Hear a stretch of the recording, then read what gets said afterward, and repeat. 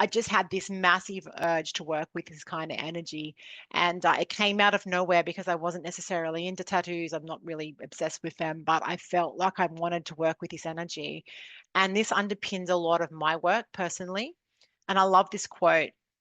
I died 1,000 deaths, each time reinventing myself brighter, stronger, and purer than before. From the midst of destruction, I became the creator of myself. From the midst of darkness, I became my own source of light. And um, this energy and consciousness behind Phoenix energy around deathing the old and rebirthing the new, that is probably what you'll do in almost every session on some level, because something has to die before something can be born. And that relates to a lot of things, which we're going to talk about. So it's the law of evolution. We are always evolving. And whether we go kicking and screaming or whether we go with like consciousness and power and courage is a choice. It's really a choice. So, what a lot of people don't know about the Phoenix story is people know,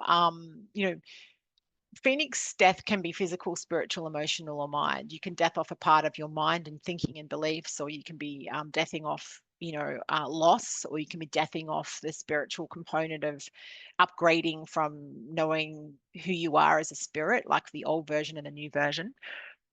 What I think is really interesting about the Phoenix is if you don't know much about it, the Phoenix mythology is, the bird burns up. So, burns up into flames, falls into ashes, and then from the ashes revives new life and the bird births again. So this Phoenix story is a really beautiful story about rebirth. And they say in tradition the phoenix is the yin and the dragon is the yang. Like there's a yin and yang, and the birth, the feminine, the fertile phoenix births again. What people don't understand about the Phoenix energy is your job, really, as a human and especially as a spiritual coach, is rather than waiting for the Phoenix to get so, I'm going to use this word, fucked up with life, that you actually get cathartically burnt and you fall into a heap and fall over, rather than waiting to that point where you really are burning and like in difficulty and chaos. The true intelligence of the phoenix is to go, I'm walking a path and I can see that down the track I'm going to burn out over there. So I'm going to stop 3/4 of the way and then actually resolve what's happening before it burns me up. So I'm going to choose my own death of something before it deaths me. So rather than waiting till I'm in this cathartic, messed up space, I'm actually going to choose me first and do it elegantly.